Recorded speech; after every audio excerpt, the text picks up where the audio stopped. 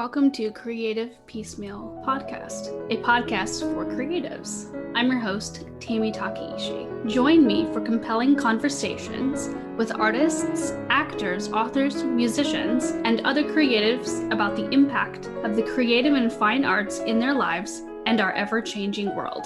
Thank you for listening.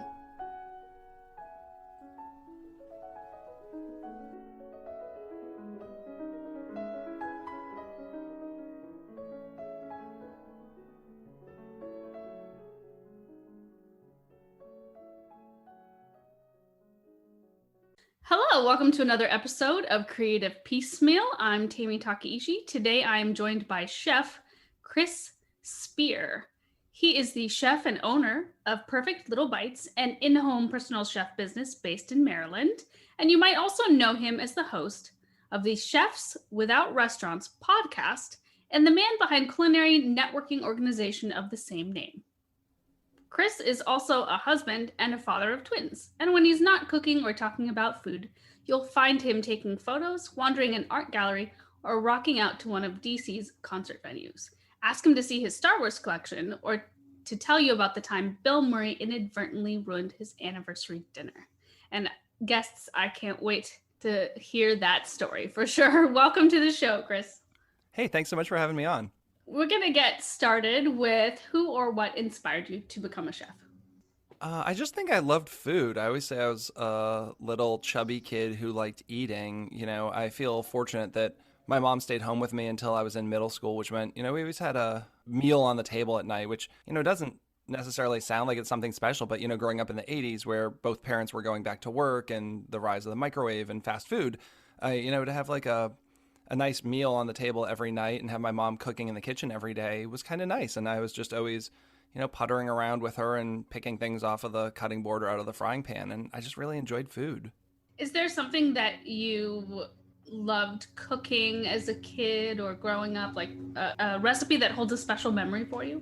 Not necessarily, but I did do a lot of baking. I think, baking is kind of the gateway for a lot of kids. I guess it's kind of weird, like you have a friend in third grade and it's his birthday and like I wanted to make him a birthday cake. So my mom would help me do that. So I did a lot of kind of the sweet stuff, but now as a professional, I do more of the savory stuff than the sweet stuff. Can you tell me a little bit more about your business, Perfect Little Bite? It's a in-home personal chef business that I operate almost like a restaurant. A lot of personal chefs do weekly meal prep things, but I wanted to do more of date nights, dinner parties, bachelorette parties, things of that nature, where, I come in and I set the table with my own silverware, linens, bring my own china, all the pots and pans, and build you a customized menu around your preferences. So I ask my guests kind of like what they like to eat and don't like, and then I build them a personalized menu, and then I bring everything and I cook it for them there, and I serve it to them like they're in a restaurant. Oh, that sounds fantastic. All right, you need to just come move into my neighborhood. I get the offer a lot. I bet. I'm sure it takes the pressure off of people too when they have a nice event and you're coming in and you're helping provide part of that memorable experience. Yeah, I think everyone's had, whether it be like a Thanksgiving dinner or just doing a cookout at their house where, you really want to hang out with your friends and entertain, but, you're trying to watch something on the grill or in the oven and you got a lot going on. And, it's nice to just have someone do that for you. And then obviously this past year with COVID and everything, people weren't going out to restaurants, but they still wanted to kind of celebrate. And I guess for them, it's a little less risky to just invite one other person into their home to come cook for them. How has the recent year, affected your business and even the way that you come up with what you're doing and your recipes? Yeah, business was up and down. I was totally unemployed for 11 weeks when COVID started. And then I started to do more small ones and twos. I think my first job back was on Mother's Day for just a husband and wife. But then as, the summer came, people were feeling a little more comfortable. People could go outside and have events. Business really picked up. And then, winter, COVID numbers rise. People are going back inside. It dipped down. But now as people are vaccinated, we're kind of back. So I'm hoping that it's going to be a very good summer and fall for business. And then I just had to change a lot of my protocols as far as like cleaning and safety goes. But fortunately, I cooked this whole past year and didn't get sick, and I'm doing pretty well business-wise. That's great. That's great to hear. What was some of your menu choices? Were they affected by supply chain demands? Yeah, a little bit. And one of the biggest things I said was, menu subject to change. The first couple months were really rough. I mean, you'd go to the grocery store and wait in line for, an hour just to check out, but also you'd show up and there'd be no, ribeye steak, which is what I said I'd have, but maybe I could find a strip steak or a tenderloin or something, and everyone was really okay with that. And it's helped me kind of put a lot more flexibility into my menus going forward and just kind of saying some of this will be chef's choice, which people have been okay with. And I think I'm going to continue doing that. Anytime I see things like specials or chef's choice or things of that nature or whatever's in season, it adds a little extra surprise to what you're doing and what you're getting, because eating out or having a special meal cooked is definitely an experience. Yeah, and I think you don't have to name every ingredient. Instead of saying, you're having this salad with manchego cheese and sherry vinaigrette and Marcona almonds, you can just say, like European cheese and toasted nuts and vinaigrette. And then, if you get to the store and they don't have those kind of nuts, well, no worries. You can get another kind. Or, if you don't have the sherry vinegar to make that vinaigrette, you can use, rice wine vinegar or something. Did you have any barriers to reaching where you are in your career, whether it's like external barriers or internal barriers? I don't think so. I mean, fortunately, I'm a white middle class male who, we don't have a lot of social kind of barriers. I mean, I think the only thing kind of holding me back is, I tend to be introverted and very quiet. And, I think a lot of times not necessarily self-confident. So I think those are the only barriers. But I didn't really have any external barriers. It was all kind of me and getting in my own head. And it sounds like, you're doing really well with your business. Can you tell me a little bit more about your podcast, Chefs Without Restaurants? Yeah, so being a personal chef was actually lonelier than I thought it would be. I came from a big corporate kitchen previously where I had 125 employees and, a large team that I worked with. And then literally overnight, I had no one. So I just wanted to start like a little networking group. And also we would have the benefit of maybe sharing gig opportunities. If I'm working tomorrow and someone wanted to hire me and I wasn't available, I'd love to say, oh, but this chef in Baltimore can do it for you. So I started this little networking group and I called it Chefs Without Restaurants. And I thought it was going to be maybe 4 or 5 people that I knew personally. And we would, share best practices and gig opportunities. And it grew to literally thousands of people. And still, I hadn't really thought about a podcast. But one of the members said, why aren't you podcasting? My, response was like, well, I don't know anything about podcasting, but, we kind of muddled through it. And I started with a co-host who isn't with me anymore, but he kind of got the ball rolling. And now we're, 95 episodes in. And I don't see it slowing down at all. That's fantastic. What's been one of the biggest surprises to you about podcasting? I think the availability of guests. When I started, again, I thought it was going to be people I knew personally, just kind of local people. And then when COVID hit, I couldn't do it in person, so I took it online. And I just started reaching out to everyone who I would want to have on my podcast. And I was really surprised at the people who I got, like well-known people, well-known chefs, people who've, maybe been on the show Top Chef or have written cookbooks, and just that they would say yes. It took me a lot of time to work up the whatever to send that email, which is scary, and say, hey, I know you don't know me, but I have this podcast and would love for you to come on. And just everyone, I don't think I've had anyone say they weren't interested in coming on. Oh, that's wonderful. Yeah, it really does take a certain level of like courage to send those cold call type emails to dream guests, for sure. That was the word I was looking for, courage. Absolutely. What's been one of your best memories so far with podcasting? I just think when someone tells you how much it has impacted their life, right? Like I have a friend who was on the show a couple weeks ago, and someone heard the podcast and it led to him being interviewed for a magazine article, and it's just because they found my podcast. And I think that's really great. And I hear a lot of those stories from guests, just that my show gets out there and the right person hears it, and that's opening opportunities for them, which is, one of the reasons I really wanted to do this. I really think a lot of it also not only has to do with your career and your hard work, but you've got such a catchy name. Yeah, I actually stole that from a dinner I went to. There were some of my favorite chefs, and they were all chefs working for the most part in restaurants.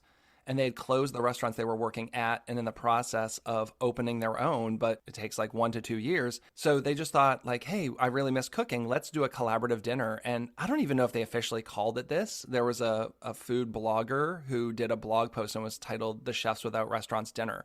And I got to go to this, and it was really cool. And it was just like five people who had never worked together professionally, but they decided they were just going to do this, multi-course dinner at a restaurant somewhere. And I loved the name, and it just stuck with me. And, after 7 years, nobody had used the name for anything. So I thought, I'm going to take it, and I just made that my social media handles and a website. And now I've actually gotten it trademarked, which is really cool. And all the chefs are super supportive of it. Like, it's become like a big joke. I like posted on Instagram and tagged them all, that now Chefs Without Restaurants was an official thing that I owned. Oh, that's very cool. Where do you see yourself in 5 years in terms of your business and podcasting? Like, what would you like to happen? So this was a interesting realization for me. As much as I love cooking, I think I'd like to be cooking less and doing more fun, kind of intricate dinners, but maybe just once or twice a week. And, the goal for Chefs Without Restaurants was so much more than it is right now. One of the big things is I want it to be a platform where people can find people to cook for them. So like if you are just looking to hire a personal chef or a food truck or a caterer and you live in whether it be Denver or Miami or Seattle, that you can come to our website and there's going to be a database of people with what their business is, what their specialty is, their price range. But that takes a lot of work. So I've been collecting that information from people who are interested and just kind of getting that database going. So even now, if you were to email me and say, do you know anyone in my area? I can probably go through and find someone who could help you, but there's got to be a faster and easier way. So that's kind of where the energy is going to be focused over the next couple of years. Yeah, I've just recently been experiencing food trucks where I live. And I remember thinking the other day, like, where do people even find food trucks if you wanted to find them? Yeah, there are a lot of food truck organizations. But for me, I like breaking down the barriers because, again, we're in silos. Like there's the Personal Chefs Association and then there's like the Food Truck Association. But I like that overlap. I think some really interesting things can happen when you start collaborating outside of the box that you're in. So Chefs Without Restaurants, that's why it's not just personal chefs, even though I am one. It is food truckers. It is, cottage bakers. It's people who work in research and development kitchens. So we can create a synergy across different areas in food service. What do you think is the biggest challenge that you have right now with your business and podcasting? I think for my business, it's always going to be client acquisition. Like the hustle is real. If you don't have a PR person or a marketer and you're going it alone, like, I'm working this weekend, next week looks pretty good, but in, 2 weeks I don't have work and I need to figure out how that's going to happen. So, it's the same thing I hear from so many people in my position is just the constant trying to get customers. Podcasting, it's getting sponsors, I guess, similarly, Yeah, it's definitely an uphill battle, across all the creative and fine arts to be able to do what you love and stay floating. Sometimes obviously there's lots of success stories, but it definitely takes that hard work to get there. Yeah. If you could do any other creative pursuit besides what you're doing, what would it be? I've always loved photography. I don't think right now I have the skill set to do that professionally, but if I had to do something, I'd love to take the time to really learn how to hone my craft there. As much as I do my own food photography, I'd rather do something like concert photography. Oh, that's neat. Yeah, that would be really cool. Yeah, I go to a lot of shows. I think I've been to like 600 shows, and right now I'm just shooting on my iPhone, which you can take pretty decent photos. But if I had that press pass and could be right down front, that'd be pretty sweet. Mm-hmm. Who are some of your favorite artists? I'm all over the board, but it holds in the rock genre. The Talking Heads, I think, are forever going to be my favorite band. I love David Byrne. I think he's so interesting and has done so much different stuff. Also a big fan of Nine Inch Nails and Ben Folds and Rilo Kiley. So I'm kind of all over. Oh, nice. Yeah, fantastic list there. I like all those groups too. And I feel you with being all over in the music genres. Do you ever cook with music on? all the time if I'm home. Actually, this is one of the questions that I ask a lot of my podcast guests. Yeah, I mean, if I'm home, I quite often have something going in the background. I wish I could listen to music at customers' homes, and sometimes they put on stuff, but not usually for me. So quite often I have like smooth jazz going in the background. Right. They're trying to set a mood. Like I love the idea of cooking, but like I get it's just not my forte. So I built myself a cooking playlist specifically so that when I cook, I can try to stay calm.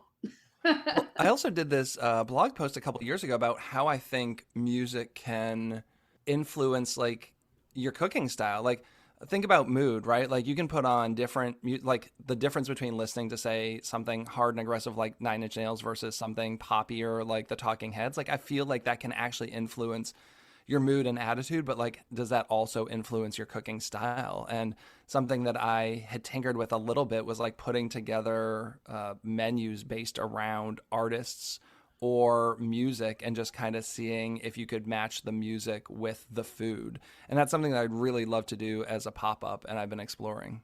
Oh my gosh, you should totally do that. That sounds wonderful. Sounds wonderful. So I could just imagine like if you said Nine Inch Nails, and so it's gonna be like in my head, I imagine like a steak and like really spicy stuff, you know? Yeah, kind of dark, kind of avant-garde plating maybe. Getting creative there. Yeah, that would be so cool. You'll have to keep me posted on that. Just one of those things, I'm sure like many creatives, too many ideas and not enough time to execute, right? Right. Is that one of those ideas where like if you had an unlimited budget, you'd be doing that tomorrow kind of thing?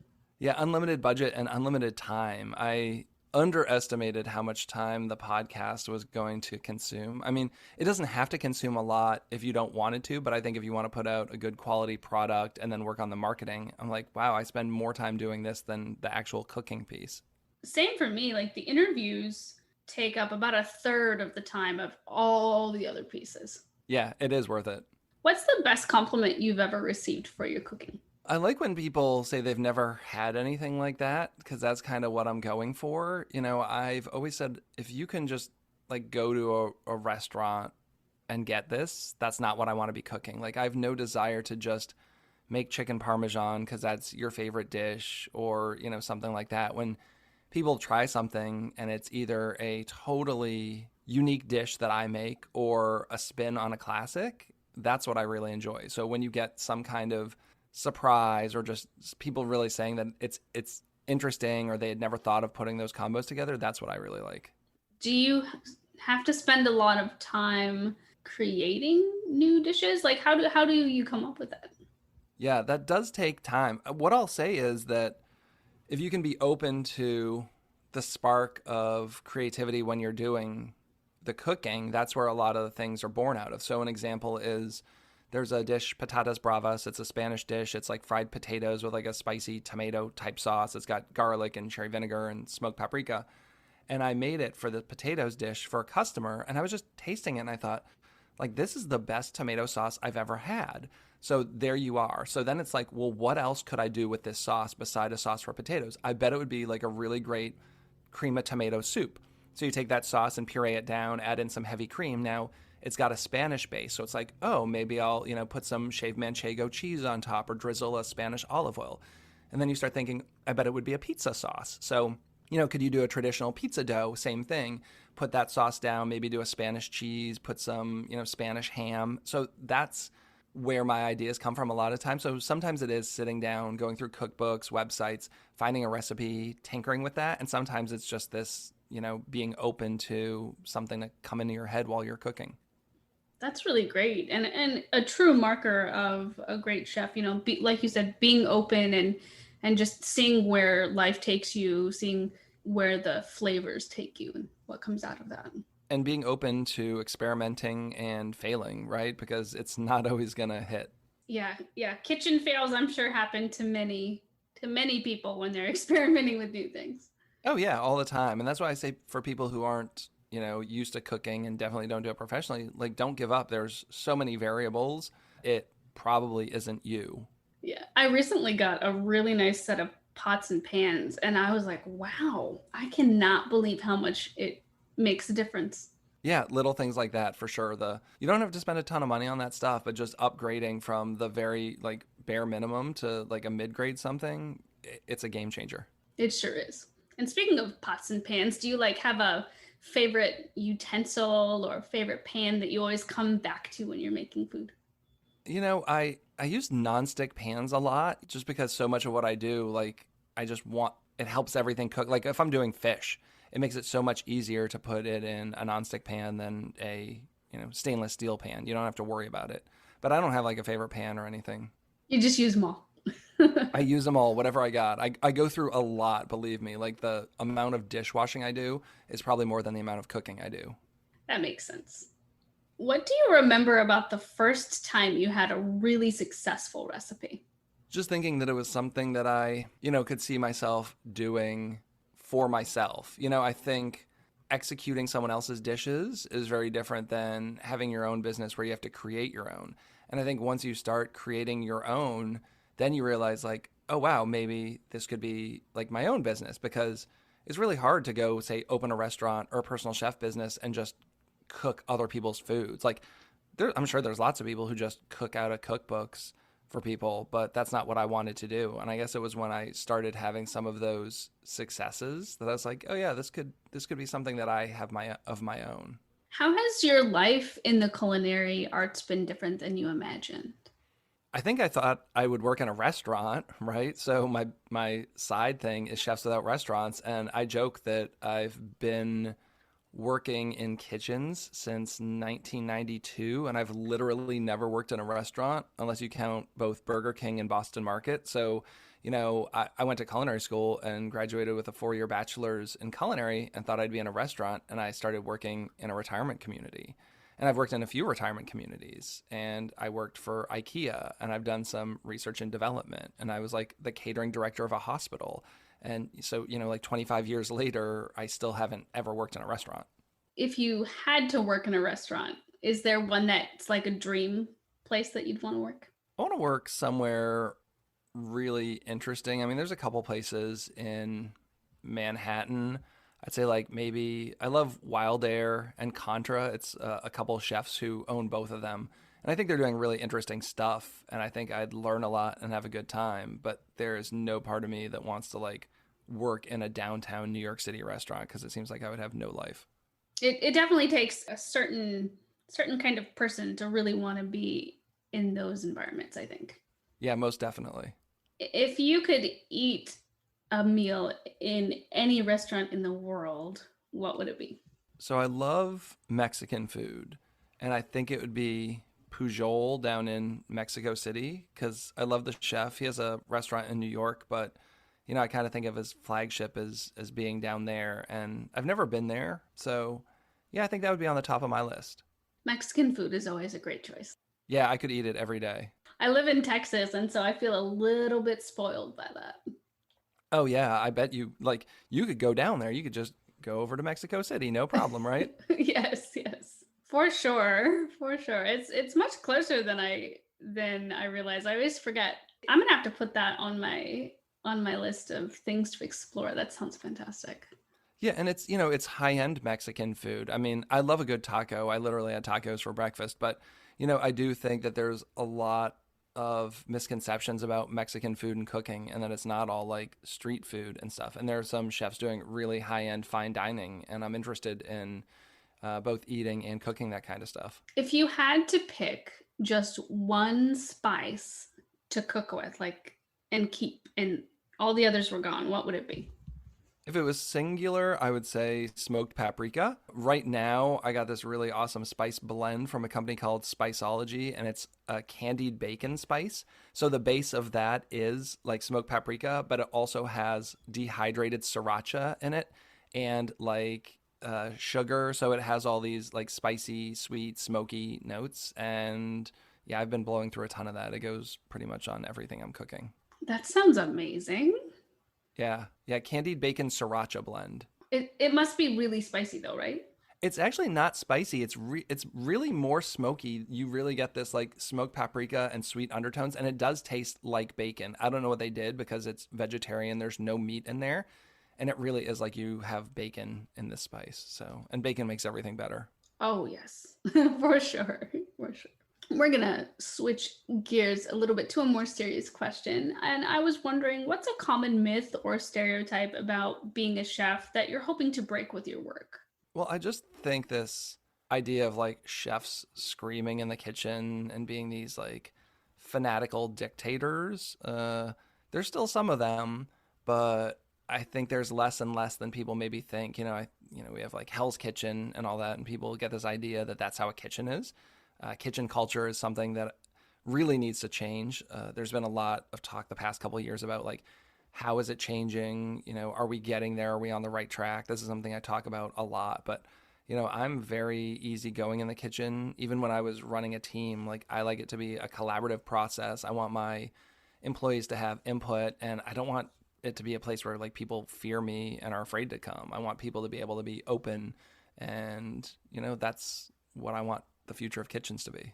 Yeah, yeah. And I imagine being easygoing probably translates to the way the food is cooked as well, because people are less stressed, so they're paying more attention to what they're doing, they're enjoying what they're doing. And then, I hate to sound cliche, but I mean, when you cook with love, I mean, like, you can tell it tastes better. Oh yeah, it sure does. And I have been in a couple of those kitchens, and that's just not how I want to run a kitchen that I'm in. And I want, you're in whatever job you have, you're there so much, minimum 40 hours a week usually, right? Kitchens, it can be like 80 hours a week. Like, why do you want to be in that environment, like taking it all the way to 100 every day? Like, that's not how I want to work or live. What are some of the best resources you recommend for people wanting to level up their cooking game at home? Because there's so many people having to cook at home lately, or discovering that they enjoy cooking. What are some things that you think that would be good resources for people wanting to learn more? I think find good cookbooks or websites that are reputable. My favorite is the website Serious Eats, and there's like a sub category on that website called the Food Lab, and there's a couple chefs who work there, and they really test recipes well. They put them through the paces. If they're going to cook a steak, they're going to cook it 40 times, and they're going to see what happens if you flip it just once, but then see what happens if you flip it, like 20 times. They're going to test it at this temperature and then the next temperature. Because right now people need a recipe for lasagna, and they type into Google, and then they get like allrecipes.com. Like, that's not where I want people to go looking. I find, whether it be, Savor or, some food and wines website, just something that's a little more reputable than just throwing something into a Google search, but pick up some good cookbooks. So there also is a cookbook called The Food Lab, and it's like 1,300 pages, and I recommend everyone pick it up. I'm gonna have to write that down, because I really need to up my cooking game as well. And I just had their senior food editor on my podcast, and we talked for 3 hours. So I cut that podcast into 2 episodes, and the first one's coming out this next week. I don't know when people are listening to this, but it'll be a 2-parter. And we just did some like deep dives into the nitty gritty of like food science and cooking. Oh, fantastic. I'll definitely have to put that on my radar and give it a listen. What is something that you wish you'd known when you first started cooking, and also when you first started podcasting? For cooking, I guess it would just be, I don't want to say how hard the industry was. I don't know. I just don't think I had any idea how the food industry worked. Even when you go to culinary school, I don't think they prepare you for what the real world is going to be like out there. And also the options, again, like I said, I thought I'd be working in a restaurant. There wasn't this big exposure to different areas of food service. So I think now that's probably different, but at the time that I went to culinary school, it was just like you go to culinary school and then you go out and you become a chef in a restaurant. And now there's so many more options. So I don't think I really knew all the options when I was younger, and maybe I would have started on a slightly different career path earlier. Podcasting, I guess, just the nitty gritty of like making a good show, right? Again, I didn't practice for it. So there's so much that goes into it. And what is a good show? Some of it's interviewing, learning how to give a better interview, learning how to edit better. I did no editing. If anyone listens to my first podcast, it was just like me and a co-host and a guest, and we would do it in public. So we're in like a brewery. So there's a lot of background noise, but we weren't editing, we talked for an hour and a half awesome. And I just uploaded it to Buzzsprout and there we go. And there was no audio leveling. I didn't cut out anything for content. And, just the time it took me to like ratchet it down and get a good tight show is something that took a little while. I feel like, whether someone comes at podcasting green or if they have like a communications background, there's always a learning curve to some extent. Yeah. And I think, you listen to a lot of podcasts. I think people who podcast probably listen to podcasts, right? So you listen to some shows and I think that helps. But then there's also the danger of imitating someone. Like I love Tim Ferriss, but I don't want my show to sound like the Tim Ferriss show. I want it to sound like the Chefs Without Restaurant show. But what are some tips and takeaways when you listen to a show like that? How can that help you with your show without you being a copycat show? So I'm so excited to ask this next question. If you could have dinner with any creative person, dead or alive, who would it be? And what would you have as the meal? So I think being like a Talking Heads fan, I would want to talk to David Byrne. And some people say he's kind of a jerk, right? Like the Talking Heads broke up and they say it was all his fault. But I do think he's a super creative person. I would love to sit down and have dinner with him. And I just want to go somewhere that's kind of laid back and, maybe just have like tacos and beer. I don't know if he's a tacos and beer guy, but I think that would be kind of a fun dinner. That sounds like a fun dinner, no matter who your guest is. Yeah, I think, I don't love like super fine dining anymore, even though I do some creative stuff. I'm just not really interested in going to like a Michelin 3-star restaurant and sitting down for like 4 hours. Like I don't like that pretension where you feel like you have to sit up with great posture the whole time and it's super formal and you can't talk. I just want it to be like laid back and chill. Tacos and chill. Yep. Right? If you were stranded on a desert island and you could only have one meal and one wine and one music CD or vinyl record, what would it be? I guess it's kind of like piggybacks on the last one. So I'd have like Al Pastor tacos. I'm not a huge wine guy. It would probably be beer or cocktail. If it had to be a wine, it'd probably be something like Pinot Grigio. But I would much rather have a wheat beer. And I guess the Talking Heads Stop Making Sense live CD would be like my jam that I'd want to hear over and over again. You live in Maryland. Does that mean you eat a lot of seafood or cook with a lot of seafood? Oh, most definitely. I mean, crab cakes are the number one seller on the menu. You got to know how to make a crab cake. Yeah, I mean, I do tons of seafood. People want crab in all the courses except maybe dessert. I do a lot of scallops. I do a lot of shrimps. I'm very inspired also by Southern food. We're not quite in the South, but like dishes like shrimp and grits go really well with the customers. So yeah, it's pretty seafood heavy. Nice. What's one of your favorite hometown restaurants?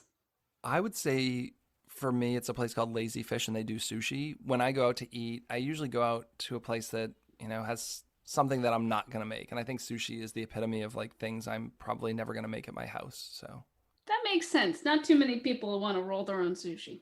No, and the availability of finding good product. I have a lot of customers who ask me to do it, and I have made sushi before, but just finding the quality of fish that you would be eating and serving raw is hard, and I think reserved pretty much for the places that have the restaurants.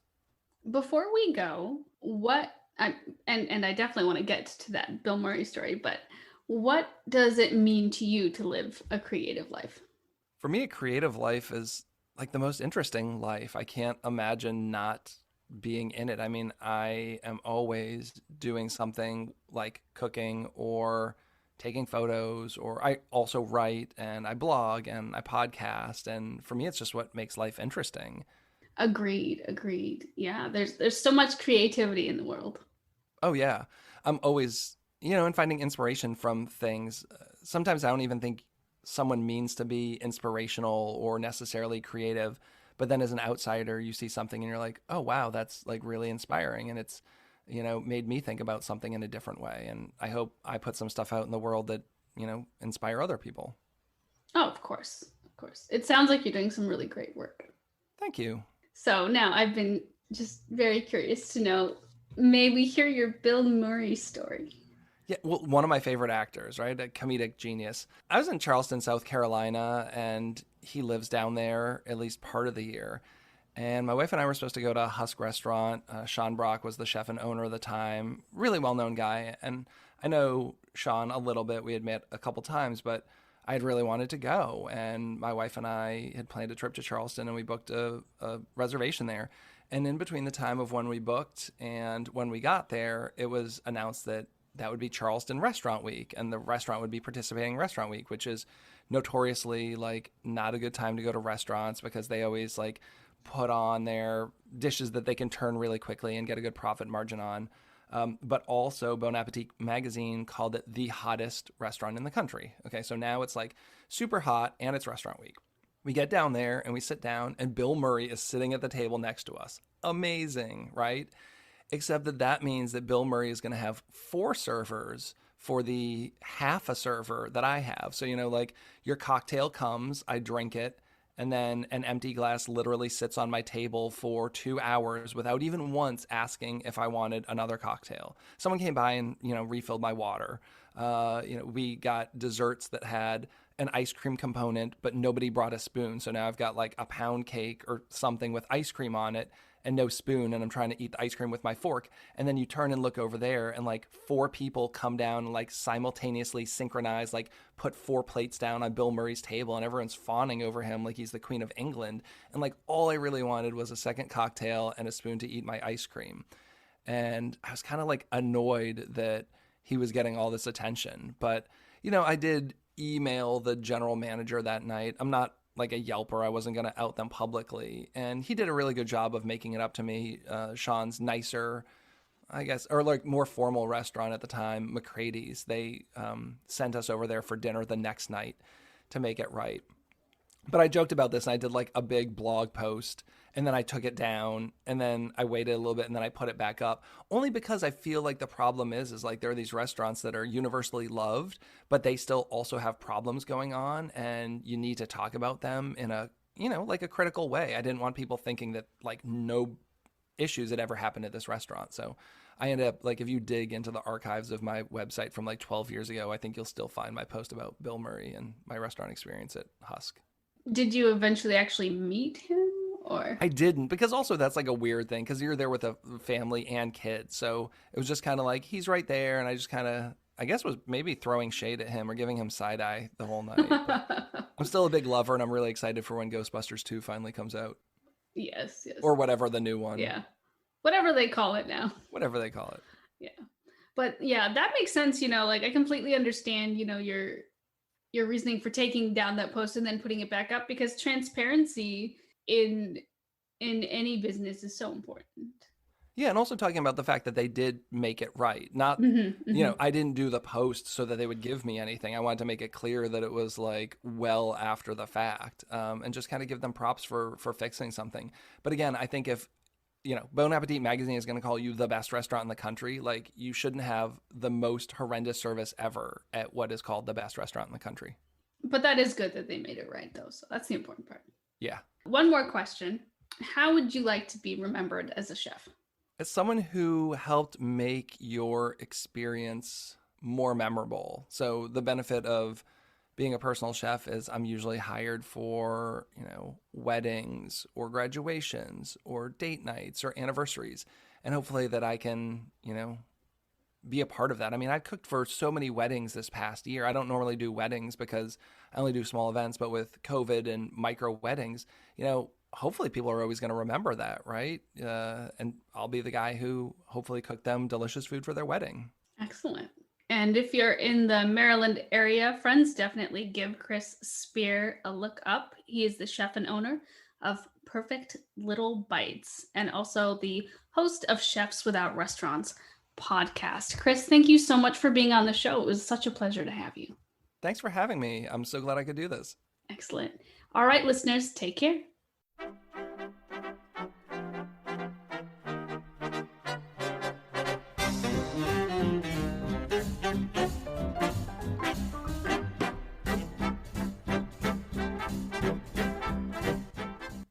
Do you love music of the golden age? I encourage you to check out Alex Mendham and his orchestra.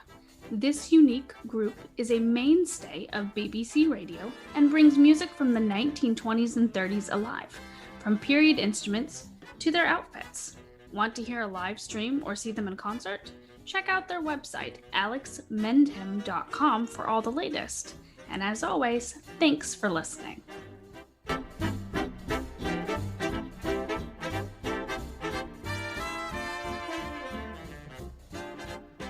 Thanks for listening to the podcast. Like the show? Have a question? Stop by the Facebook and Instagram pages. Links are in the show notes, or search for Creative Piecemeal Podcast on social media and click follow for all the latest.